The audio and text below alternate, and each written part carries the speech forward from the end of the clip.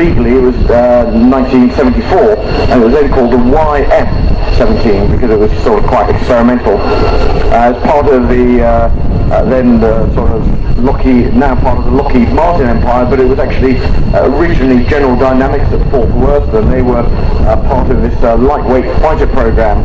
And the F-16 initially was a huge step forward because it's fly-by-wire. In other words, instead of the pilot moving the control column, and there are wires and rods and hydraulics that move the ailerons and the elevators and the rudder, it goes into a little computer, and the computer works out what the pilot really means, and then that is electronically transmitted to the control surfaces. No backup. Hey, why do you need a backup? If you had the old control system, that didn't have a backup, but it's actually got a 4 different computer backup system to make sure that if the first system fails, then the second and the third, then there's a fourth.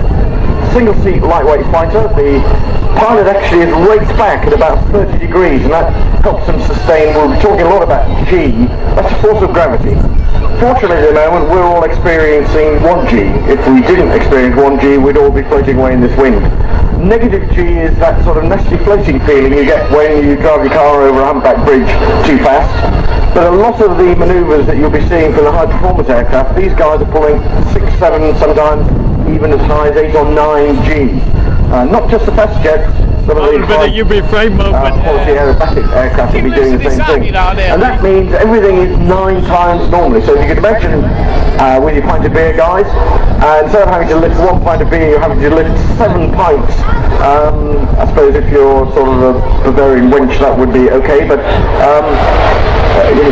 huge amount of force on the body. So the F-16 is going to be nice and noisy, just getting out of the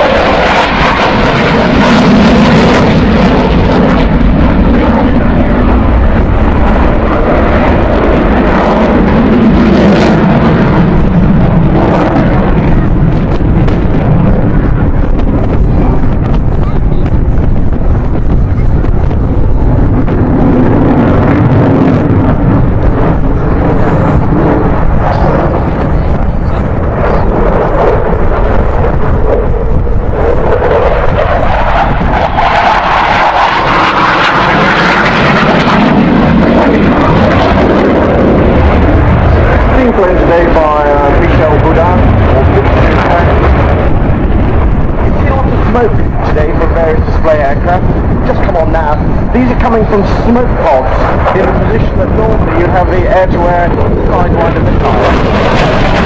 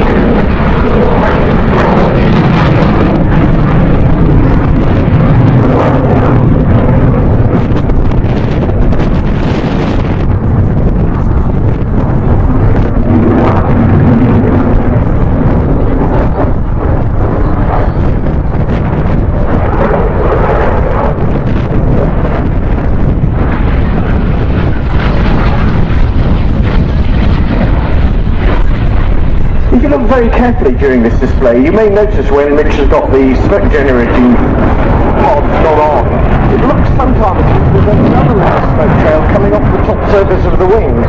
That's actually flash condensation. In other words, the pressure of the air over the top surface is being squeezed, and they're producing little vapor trails. It's water being squeezed out of the air.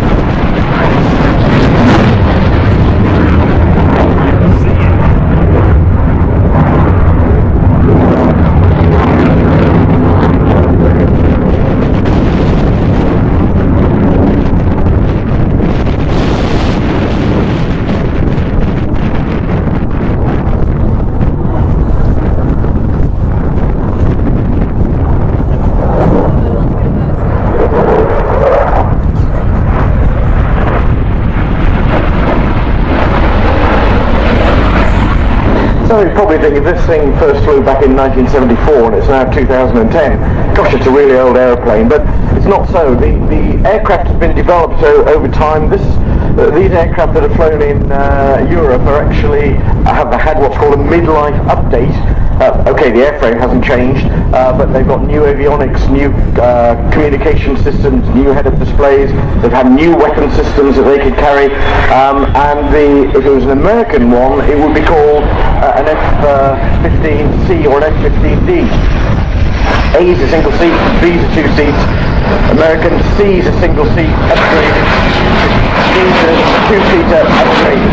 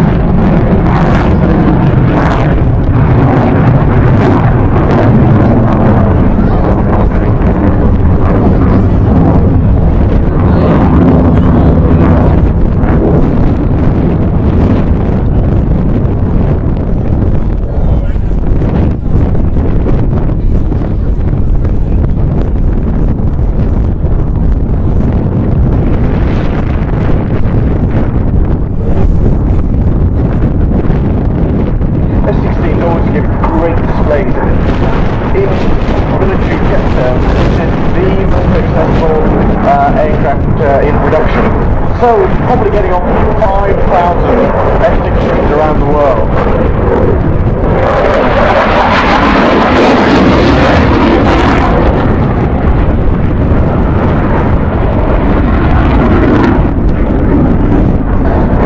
Virtually all of the roles, air defence with air-to-air missiles. It can carry bombs, it can carry anti-radiation missiles and bombs, laser-guided bombs, recce pods. It's almost, you name it, you can put it on, which of course makes it quite a heavy aeroplane now. So it's lost a little bit of its agility, but it's still very impressive, as you can see on display. Single engine, so I got a Pratt & Whitney engine, produced somewhere in the region of about 25 pounds thrust.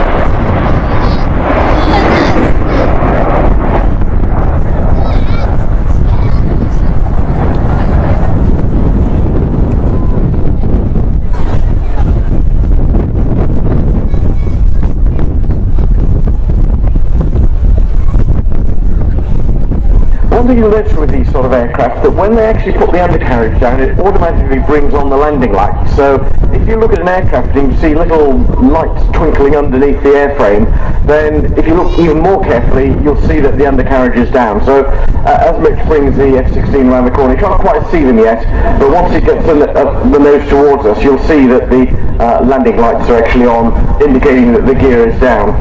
It's an amazing airplane. I say it's very agile. But if you could keep in mind the sort of the heights and the distance away the aircraft was when it was doing that display, and then compare it to the Royal Air Force Typhoon we'll be seeing later, and you can see how agility has moved even further steps in the last few years with the very modern new generation fighters that are now coming into service, which of course the Typhoon is.